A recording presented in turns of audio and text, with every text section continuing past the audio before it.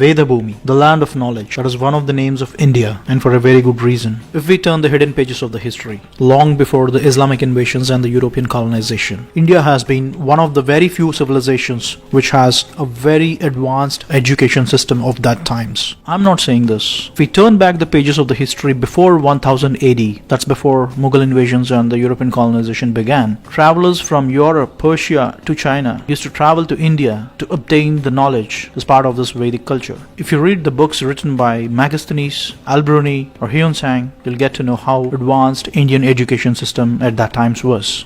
The knowledge of ancient India. It is one of the most comprehensive and complex education systems in the world.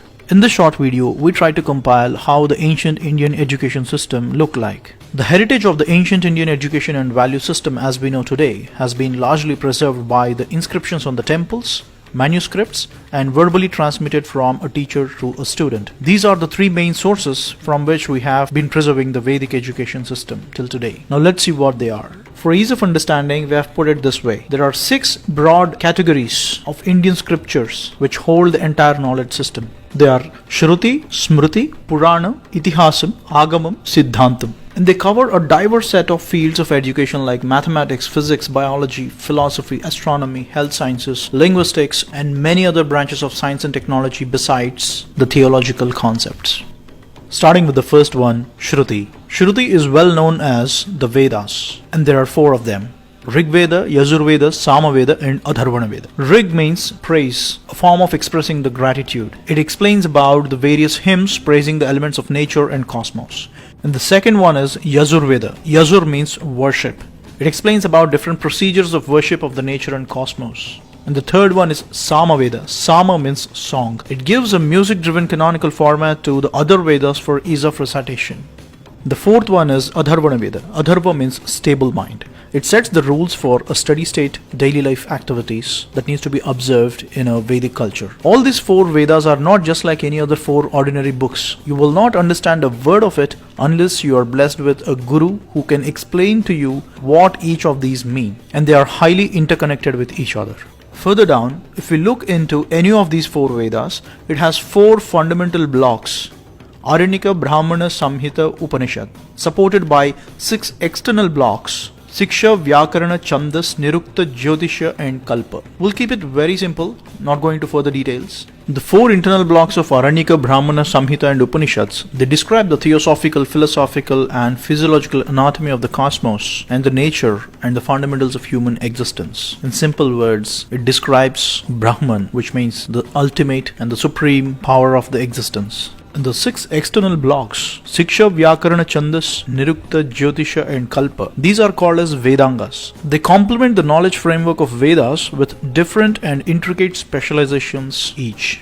As you see here, Siksha is study of phonetics, Vyakarana is study of grammar, Chandas is study of linguistic rhythm and prosody, Nirukta is study of etymology, Jyotisha is study of astronomy, and Kalpa is study of rituals. All these 6 are called as Vedangas. And that's how the 4 Vedas are supported by the 6 Vedangas. And that is not all.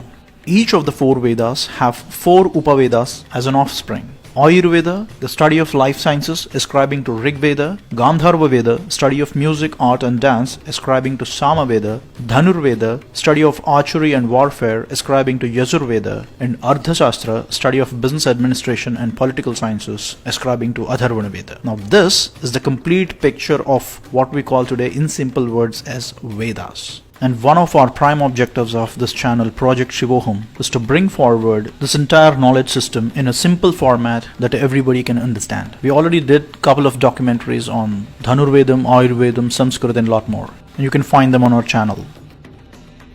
And the next one is Smriti. Smriti is authored by the sages and saints who mastered Shruti, which is the Vedas, and brought in their experiences and revelations. It is much like a thesis that the sages on different branches of studies like theology, philosophy, science, etc. It completely subserves or ascribes to Shruti, which is the final authority. And there are 18 such Smritis written by different rishis. And they are Atri, Vishnu, Harita, Aushanasi, Angirasa, Yama, Apastambha, Samavarta, Katyayana, Brihaspati, Parashara, Vyasa, Shankha, Likita, Daksha, Gautama, Shatatapa, and Vasishtha Smriti. And the next one is Puranam.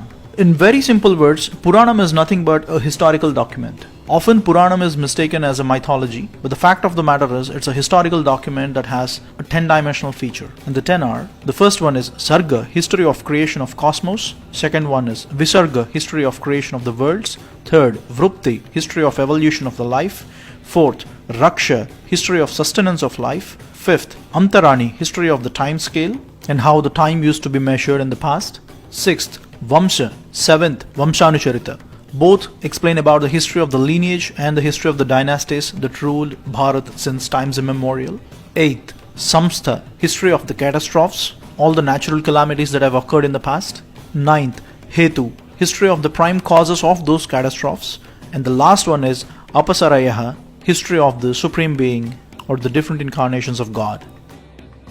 And there are 18 such Puranas, all written by just one Rishi, Sri Vedavyasa. And the 18 are Markandeya Purana, Matsya Purana, Bhagavata, Bhavishya, Brahmanda, Brahma, Brahmavaivarta, Vishnu, Varaha, Vamana, Vayu, Agni, Narada, Padma, Linga, Garuda, Kurma and Skanda Puranas. The amount of knowledge in these Puranas is just incredible. For instance, Agni Puranam explains about different varieties of martial arts. We did a short documentary on Dhanurvedam, extracting details from Agni Puranam and Dhanurveda Samhita. You can check out on our channel. The next one in line is Itihasa. Itihasa, the word spells as Itihasa, which means this is how it happened. Of all the scriptures, Itihasas are the one which shaped up the ethos of India as we know today. And there are only two Itihasas, Sri Ramayanam and Mahabharatam.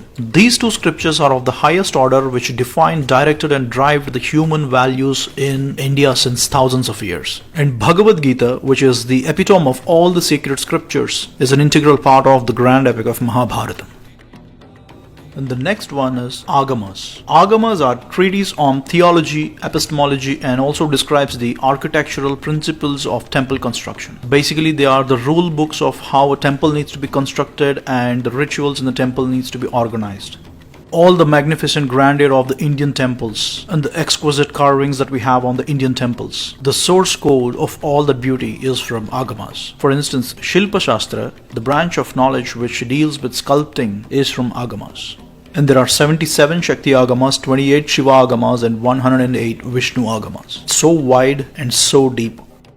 In the last one we have Siddhantam. Siddhantam means principles, a set of principles in different fields of science and technology. These are the most interesting part of the scriptures. For instance, in astronomy itself we have 18 Siddhantas which talks about different details about planetary motions, geometrical principles, trigonometry, calculus, a lot more.